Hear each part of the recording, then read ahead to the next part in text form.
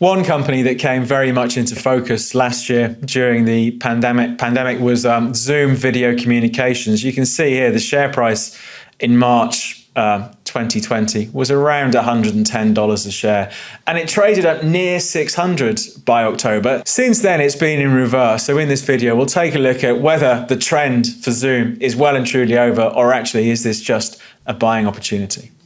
I thought it'd be interesting to look at Zoom in a bit more detail. Clearly, given what we've all been through over the last year or so with the coronavirus pandemic, we have seen some real standout performers in terms of investments, particularly with tech stocks. If we look at the price of Zoom trading up near $600 last year in October, but for the last 7 months or so, it's been losing ground, and it had, pretty much halved from those highs in mid-May, with something of a bounce back going on since then. So as usual in this video, I'll talk a bit more about what's been happening with the stock, the recent earnings, the levels to watch. Then we'll come back and take a look at this in a bit more detail. Hello, I'm David Jones from Capital.com, and I thought this time around on the stocks channel, we'd take a look at a company that has clearly had a lot of attention over the last 12 months, and that's Zoom. So we're going to take a look at them in a bit more detail, have a look at some of their recent numbers, then jump back onto the platform and have a look at the technical view, because I think it is quite interesting. The share has been in decline for some time over recent months, and let's take a look at whether this is a buying opportunity or did last year things get really overvalued. If you're watching this and you haven't subscribed, if you could subscribe, it does help support the channel. And it means we can continue to push out lots of different content throughout the week on the various stocks that we look at. Okay, let's get into it and take a look at Zoom in a bit more detail. So Zoom Video Communications, in case you didn't know, is a video conferencing service, online meeting application that has been used, I'm sure, by plenty of us during the last 12 to 15 months because of the coronavirus.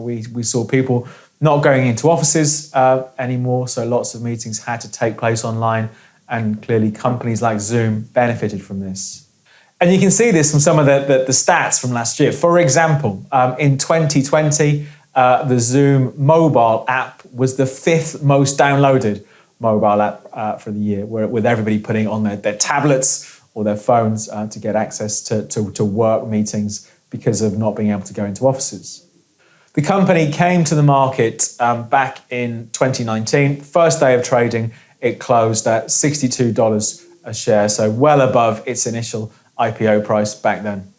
We've had the latest earnings from Zoom at the beginning of this month. They had a great quarter. Market expectations were for earnings of around 99 cents a share. They came in at $1.32 a share. But we haven't seen that much movement, arguably, in the share price since then. So more about that when we jump back onto the platform.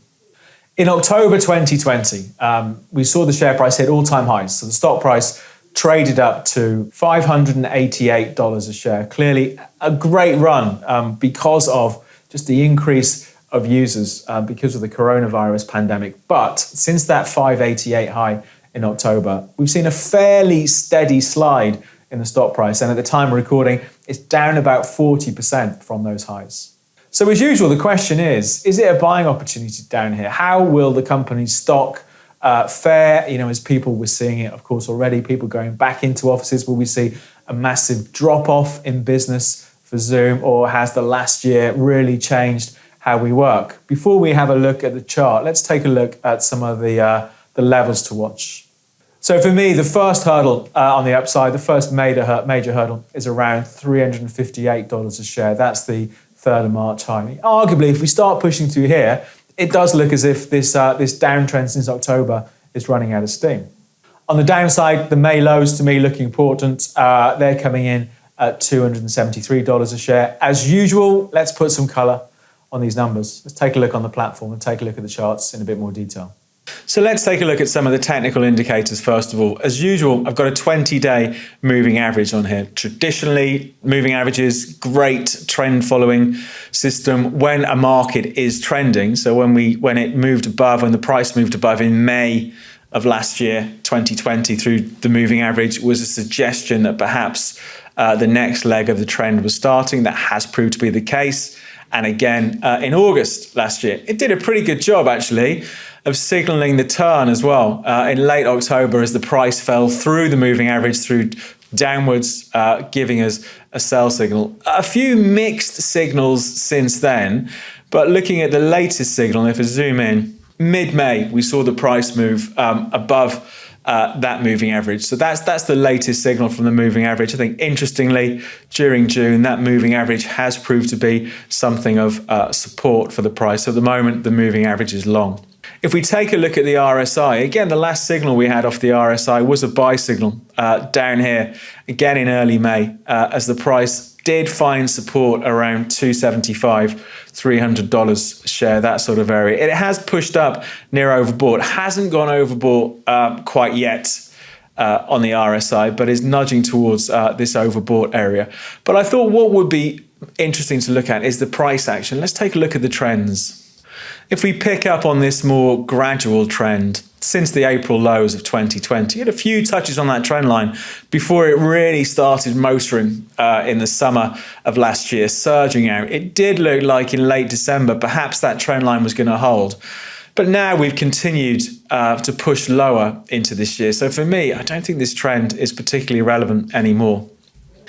So from a trend following point of view, I think for me, the trend that's interesting is the one off the highs. So off those 588 highs back in October last year, we've had a couple of touches on the way down in this trend line. And of course, what's interesting even more is what's happening now. We are seeing perhaps the first signs of perhaps this slide in the price coming to an end. You know, traditionally a break of a trend line can mean that perhaps sentiment is trading. I suppose from a pure technical point of view, the pure chartist would probably still want to be a little bit patient and see, well, can the price actually take out these highs from March around 358 a share? You can see what a problem they've been over recent months. And I think perhaps if we were waiting for additional confirmation, in addition to that moving average buy signal we had, looking to see, can the price crack 358 a share? And then I think perhaps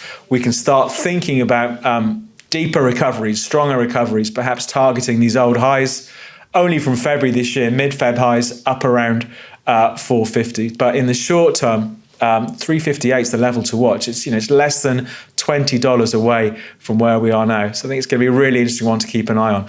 Let's take a look at the flip side here, though. Let's say we see the price falter from these levels.